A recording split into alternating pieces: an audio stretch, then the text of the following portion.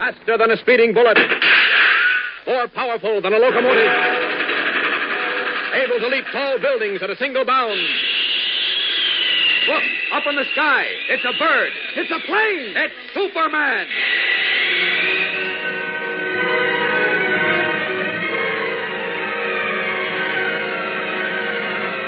The Adventures of Superman.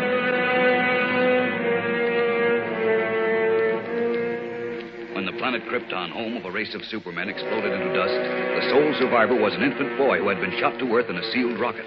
Today, that boy grown to manhood is known as Superman, sworn enemy of the forces of evil. To aid him in his never-ending fight for truth and justice, he masquerades as Clark Kent, crime reporter for a great metropolitan newspaper. His secret is carefully guarded. No one is aware that Kent is Superman. No one but you.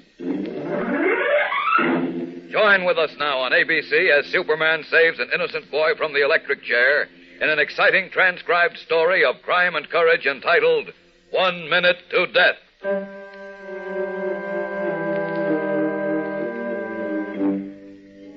The night was clear but dark.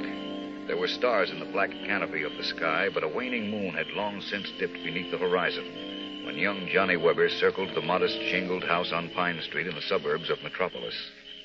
Moving silently across the soft cushion of the lawn, he stationed himself beneath a second-story window. Looking up, he whistled softly.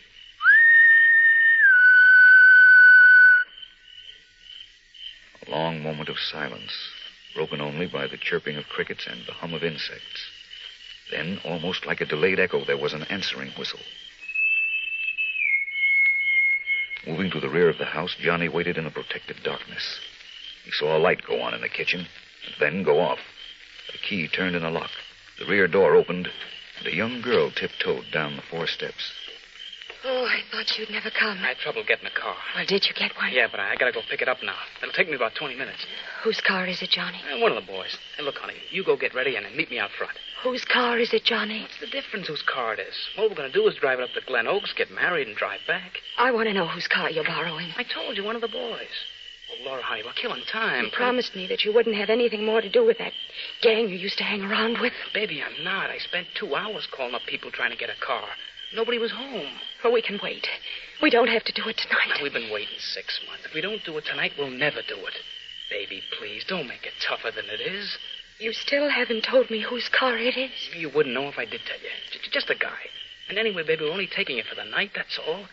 After we give it back in the morning, we're through with the car and we're through with him. I don't like you getting mixed up with those hoodlums again. I'm not getting mixed up. Baby, believe me. You go get ready. I'll be back in 20 minutes. Johnny, wait. You've got to promise me something. What? That you'll return the car in the morning and never have anything more to do with whoever you're borrowing it from. Sure, baby. Why not? On your word of honor, Johnny? On my word of honor.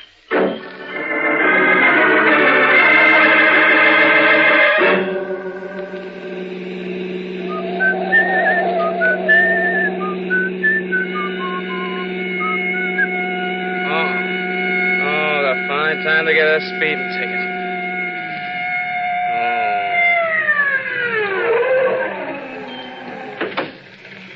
You in a hurry, son?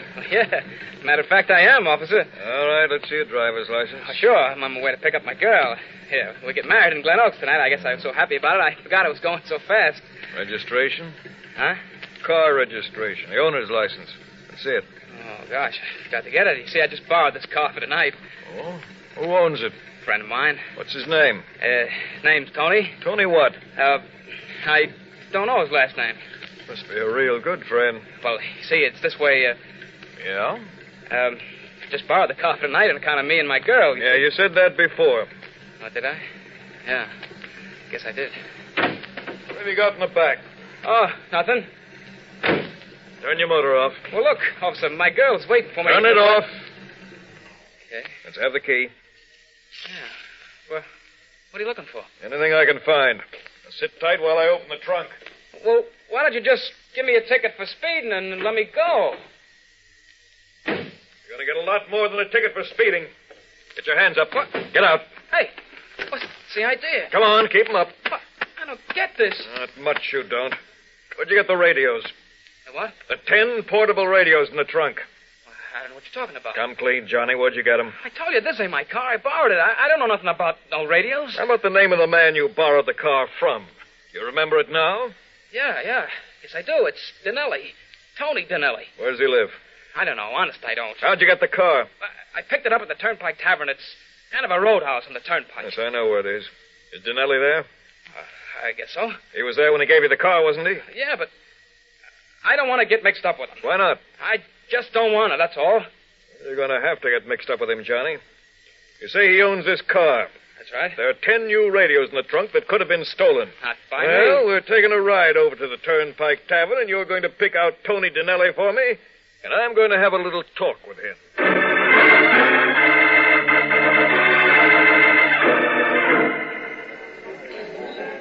All right, Johnny, pick him out. I don't see him. Sitting over there in that last booth with this girl. You'd better find him, son. That's that guy with the bald head nose, and he runs the place. Yeah? He's coming over. You looking for someone, officer? Yeah.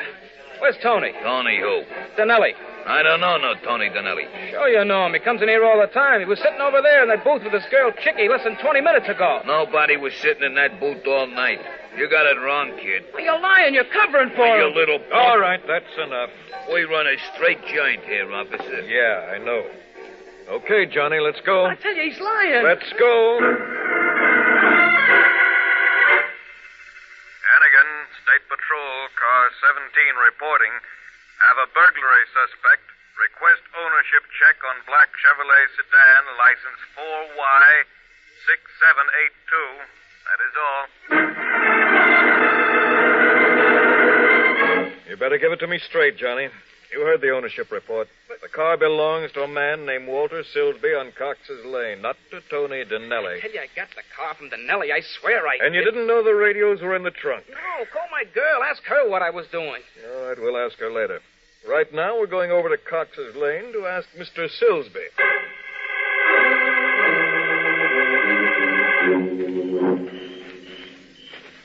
That must be his place, that shack. All right, keep walking in front of me, Johnny. Don't try anything. Why should I try anything? I didn't do nothing. Just keep walking. Okay, hold up. Knock on the door. Maybe he's not home. There's a light on. All right, try the door. See if it's open.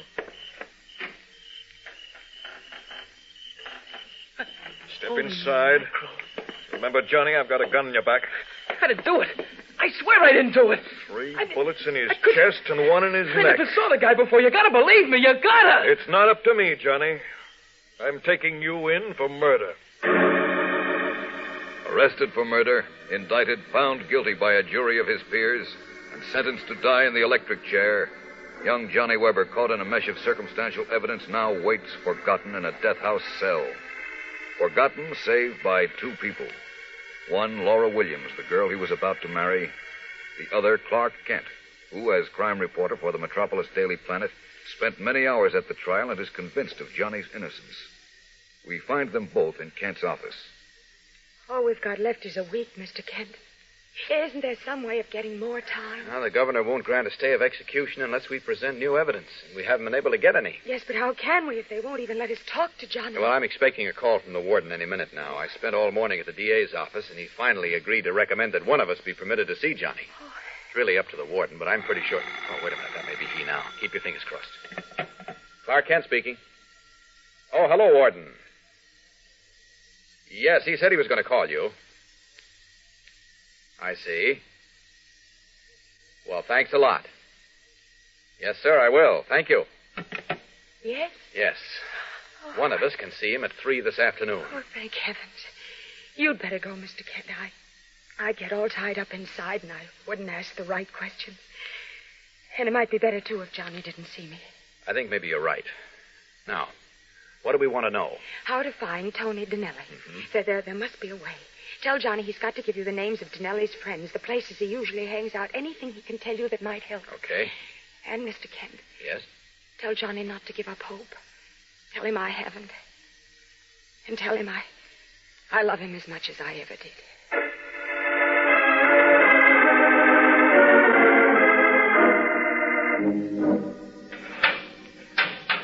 Hello, Johnny. Hello, Mr. Kent. They'll only give me 2 minutes, Johnny, so I'll have to talk fast. First of all, Laura wanted me to tell you not to give up hope. She hasn't, and she says she loves you as much as she ever did. Thanks. Now, about Tony Dinelli. Our only chance to get you out of this mess is to locate Dinelli. He blew out of town a long time ago. You can count on it. Chances are you're right, but someone must know where he is. Well, if they do, they won't talk. I know what happened. I know it like it was written in a book. What do you mean? Tony and Silsby pulled that radio store job together. Yeah? When Tony went to Silsby's house the next night to get his cut, they got into an argument. Tony maybe had a few drinks. He pulled his gun and blazed away. Uh-huh. And he took the old man's car. When he sobered up, he realized the car was hot. That's when I came along. Yeah, but Johnny, knowing how it happened doesn't help us. We've got to prove it. And we can't prove it unless we lay our hands on Dinelli. Forget it, Mr. Kent. Tony's gone and he won't come back till I burn. We'll find him if we can get a lead. Now, what about his friends? But they'll cover for him. Don't worry about their covering, Johnny. Let me handle that. Just tell me who they are. For instance, you testified Dinelli was sitting in a booth at the Turnpike Tavern with a girl. Chicky. Chicky. Do you know her last name? No. Well, was she Dinelli's girl? I guess so. One of them, anyway. Describe her for me. She's a platinum blonde, about 5'3" or 4, kind of flashy, talks tough. Yeah? Used to be a cigarette girl in a joint before Tony picked her up. Go on. Well, that's about all. She's a cheap, hard-drinking dame like 100 others. That doesn't help much, Johnny. Nothing distinctive about her, nothing different. The clothes she wears, her jewelry, or... Wait a minute. Tony gave her a ring with a great big green stone. An emerald? Emerald color, but it was too big to be real. Big around as a quarter. She wore it on her left hand. Now we're getting somewhere. She sounds like a good bet. Oh, you've got to find her first. We'll find her. Where does she hang out? Any one of a dozen gin mills on the south side. Okay, my time's up, Johnny. I think I've got enough. Don't give up hope now, and remember that Laura and I are plugging for you. Thanks.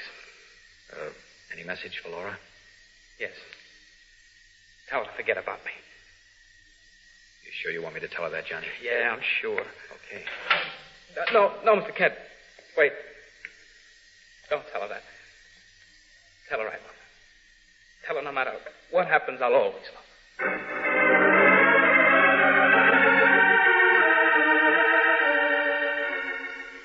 How was he, Mr. Kent? How did he look? Fine, Laura, fine. Did you give him my message? I certainly did, and he said to tell you he loved you more than ever. Poor Johnny. Oh, now look, young lady, no tears. We've got work to do. I'm sorry. We've got 6 nights to comb every bar, gin mill, and honky-tonk on the south side. You think you can take it? I can take anything. It might mean staying out till all hours of the morning. What about your folks? They've practically disowned me now, so it doesn't matter. When do we start? Tonight.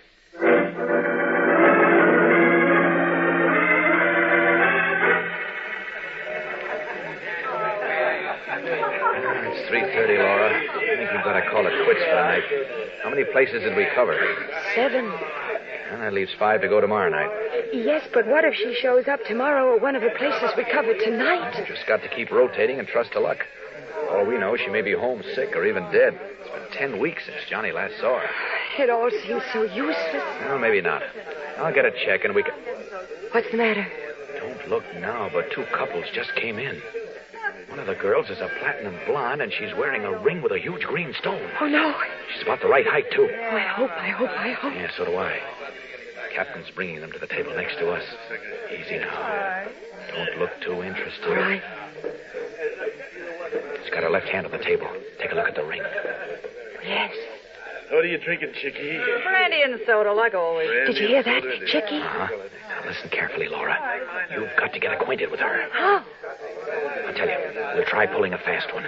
I'll start an argument with you. I'll say, let's go home. You say no, you want to stay. I'll grab your arm and you slap my face. And then what? I'll act as though I'm going to beat you up. That's your cue to scream, you understand? Yes. One of those gorillas at her table is bound to come to your rescue. I see. I'll take a poke at him, he'll hit me, and I'll let him knock me out. Oh, no, I won't let you do that. Don't worry, he can't hurt me. Now, listen. Yes. Carry me out of here, but don't you follow. You stay behind. Thank the gorilla who saved you. Try to join their party. Tell him you just got in from out of town. You have no money, no place to sleep. Uh-huh. Maybe one of them, Chicky, I hope, will offer to take you in. Well, I don't know whether I'm that good an actress. Got to be, for Johnny's sake. Oh, I'll do my best. Okay, here we go. All right, come on, kid. I'm sick of this joint. Let's go home. No, I like it here. I want to stay. I said we're going home. Now, come on. You let go of my arm. Let go when I get you out of here. You let go now. Oh, why, you fresh little sniff. Okay, pal, leave her be. Who asked you? Leave her be, I said. I'll take care of her, and you too. Oh, so that's how it is. Yeah. Okay, you punk.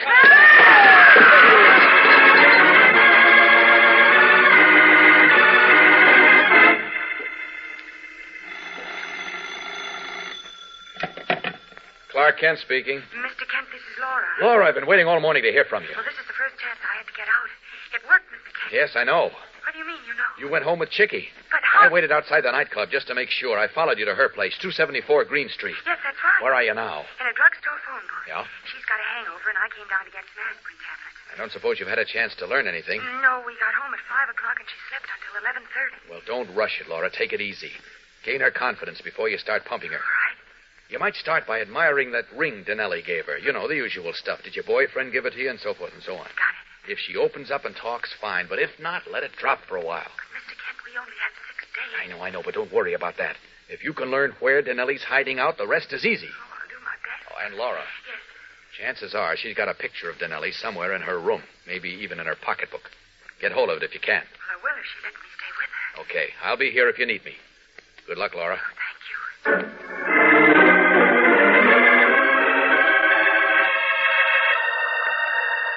Feel any better now, Chicky? Yeah. Them aspirins and the coffee did the trick. Oh, brother, did I have a head. You sure did.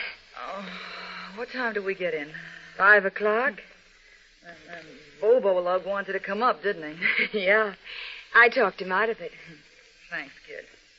Oh, he's all right, but he's got paws on him like an ape. But he sure flattened that punk who was trying to rough you up, didn't he? He sure did.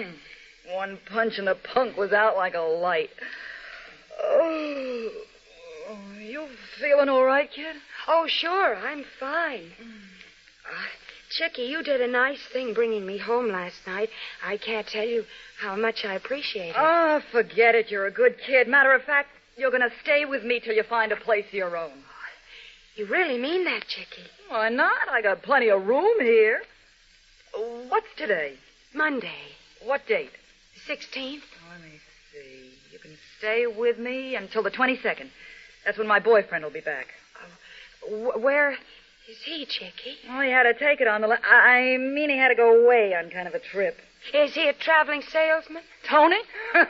He sure get a boot out of that. No, you see, he kind of got into a little jam, so he had to blow for a while. But he'll be back Sunday the 22nd on Saturday something's happening that'll put him in the clear. What's the matter, kid? Nothing. You got green around the gills. I was just thinking how nice it must be to have a regular boyfriend. Yeah, it sure is. How about let's rustle up some breakfast, huh? No, I'm not very hungry. Ah, come on. Snap out of it, kid. We'll find your boyfriend. And I almost gave myself away, Mr. Kent, when she said Denelli was coming back on Sunday because on Saturday something was going to happen that would put him in the clear. You know what she meant. Yes, but it's not going to happen. Now, keep plugging, Laura. You're doing fine. But another day has gone by. Don't think about that. Just keep plugging. She talked about Tony for an hour last night, Mr. Kent, but I couldn't get her to tell me where he's hiding out. I'm getting worried. Don't worry, Laura. Don't be too anxious. But today is Thursday. Only 2 more days. What about the picture? Have you had a chance to look around? No, she's been with me every minute. Yeah. And Mr. Kent, why can't we have the police question her? Force her to tell us where he is. No, you can't force her, Laura. Anyway, that would be a tip-off to Denelli. This is the best way, believe me. Just don't get panicky. Something's bound to break. Mr. Kent, I found a picture and 2 letters from Tony buried under some clothes in one of her bureau drawers. Good girl. Where are the letters from? Mauganac, Pennsylvania. Where? Mauganac. Mauganuck. Mauganac, Pennsylvania. Oh, yeah, I know. It's a coal mining town near Scranton. Shall I bring them right over? No, where are you now? In the drugstore on the corner. You've got to verify the location if you can. He may have mailed the letters from another town. But, Mr. Kent, today's Saturday. It's our last day. I know. Stay where you are. I'll come over. No, I can't do that. She only went out for a few minutes to pay her electric light bill. Either I've got to pull out altogether or go back to the room. I'll tell you what you do. Borrow an envelope from the druggist. Put the letters and the picture in it, seal it, write my name on it, and leave it there for me. I'll pick it up. All right, but then what? Talk to her when she gets back. Somehow mention Pennsylvania, the coal mines, you know. You might even tell her you've got a friend in Mauganac. She's bound to react. Maybe even tell you that's where Denelli is. I hope you're right. I can't be very far wrong. You better go now. Okay.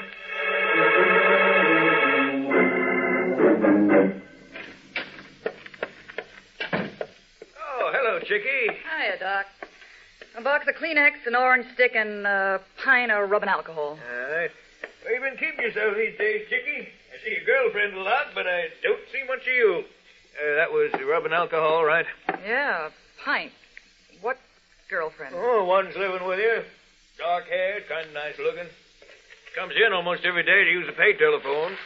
Oh, yeah? Yeah, matter of fact, she was in just a few minutes ago. Left an envelope for some fella to pick up. She did? Yeah, this one. Oh, let's see it, Doc. Sure. Clark Kent.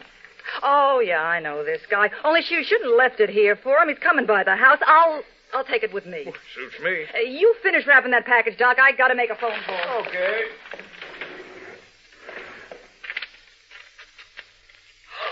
Why, that dirty, no-good sneak.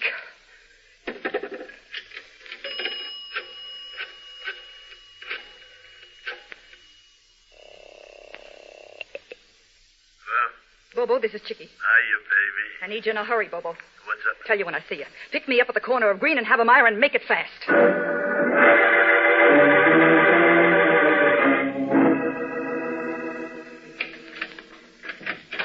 Oh, back so soon? Yeah, I'm back. Come on in, Bobo. You remember Bobo? He's the one pasted that guy you were with the night we met. Oh, of course. It's nice to see you again. Skip the glad hand, sister. Lock the door, Chickie. Yeah. What's the matter? Is something wrong? Not with us, sister. How about you? Chickie, what's he talking about? Get off it. Who you stooling for, you little rat? I don't know what you mean. Maybe this'll help you. Where'd you get these letters and this picture? As if I didn't. I never saw them before. That's for lying. You got them out of that drawer. No, I didn't. Are you stooling for the cops? Come on, answer me. Stop it. Stop. Answer me or I'll pull out every hair on your head. No. No what?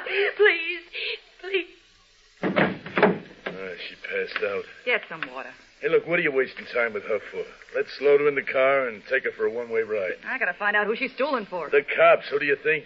It don't make no difference. You got the letters and the picture? Yeah, but I don't know how much she already told them. Who cares?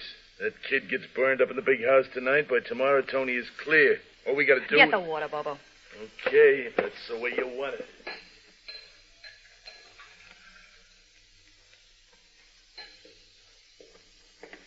There you are. Toss it in her face. Right. Lift her up and put her in a chair. Where am I? What happened? Quit stalling. You're right where you were, and you're gonna stay here till you sing.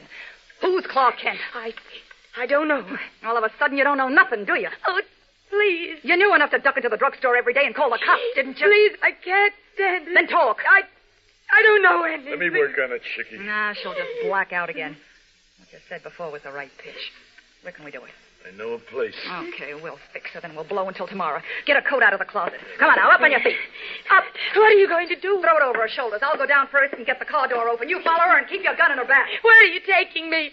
Out for a little fresh air, sweetheart.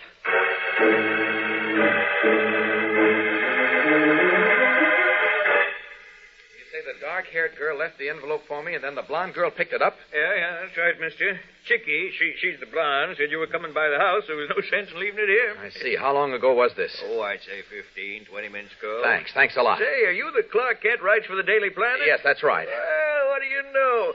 I'd like to ask you something, Mr. Kent. I'm sorry, but I haven't time now. Some other time, maybe. Oh, okay. Well, drop by again. Yeah, sure thing. Looks like the lid's blown off this thing, and just when we were...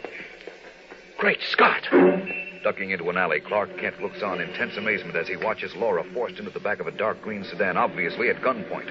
His first instinct is to go to her rescue, but he restrains himself. Can't start any trouble on the street. It would mean police cars, reporters, a front-page story, and a tip-off to Denelli. I'll have to follow them wherever they go as Superman. Almost before the sedan has pulled away from the curb, Kent has made the transformation from the conservative business suit of a newspaper crime reporter to the brilliant red and blue costume of Superman. Leaping high into the air, the only human being on Earth who numbers among his other amazing powers the power of flight follows the dark green sedan as it turns a corner and heads for the outskirts of the city. 20 minutes later, in the darkening dusk of early evening, the car pulls into a narrow side road and comes to a stop. Okay, this is it. Get out. No, please, don't kill me. I'll tell you everything. It's too late now. Get out. Please. Come on, sister. No. Out you go. Stop it. You stay in the car, Chicky. Right, but make it fast. Go. Go of my arms. Let go, I said. All right, sister, say your prayers. I'd advise you to say yours first. Hey, what is this? Where did you come from? Out of the blue. Don't move, Laura. Let him have it, Bobo. Try it again, Bobo. Nothing happens. Watch what happens now.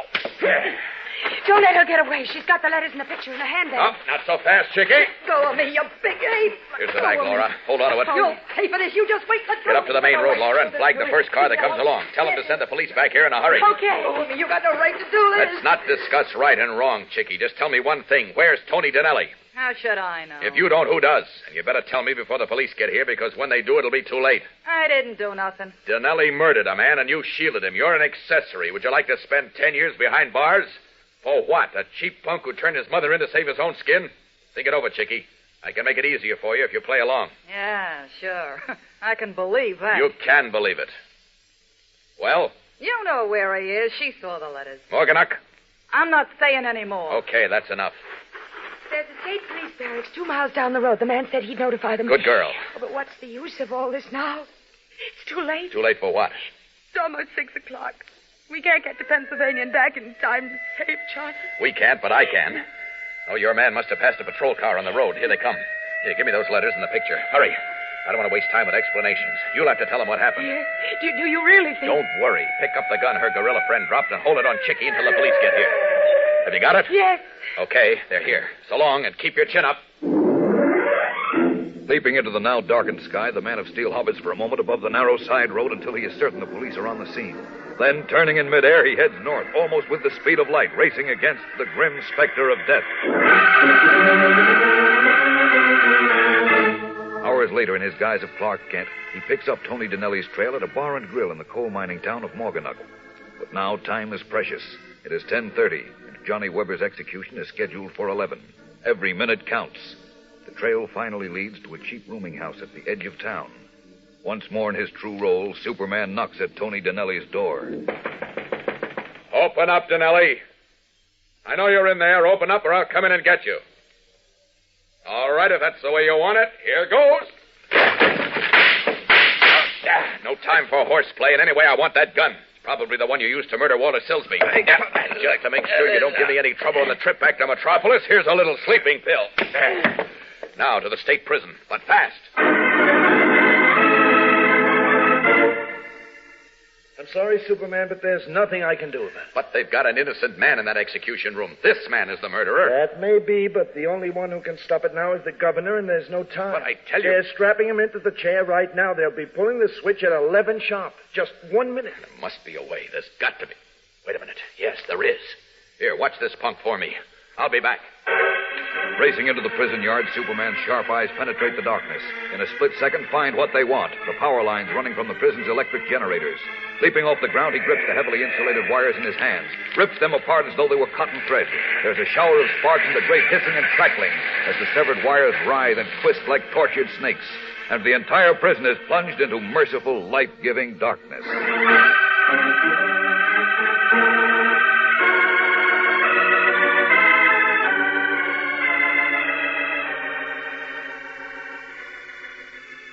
Well, Laura, Johnny, how does it feel to be married people? It feels wonderful, Mr. Kent.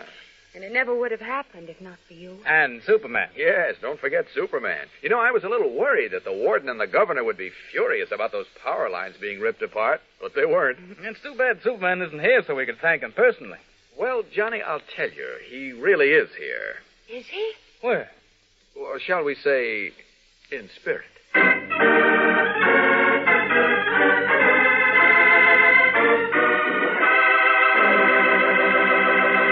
And so ends 1 Minute to Death on The Adventures of Superman, which come to you now each week at this same time over many of these ABC stations. Superman is a copyrighted transcribed feature appearing in Superman DC comic magazines.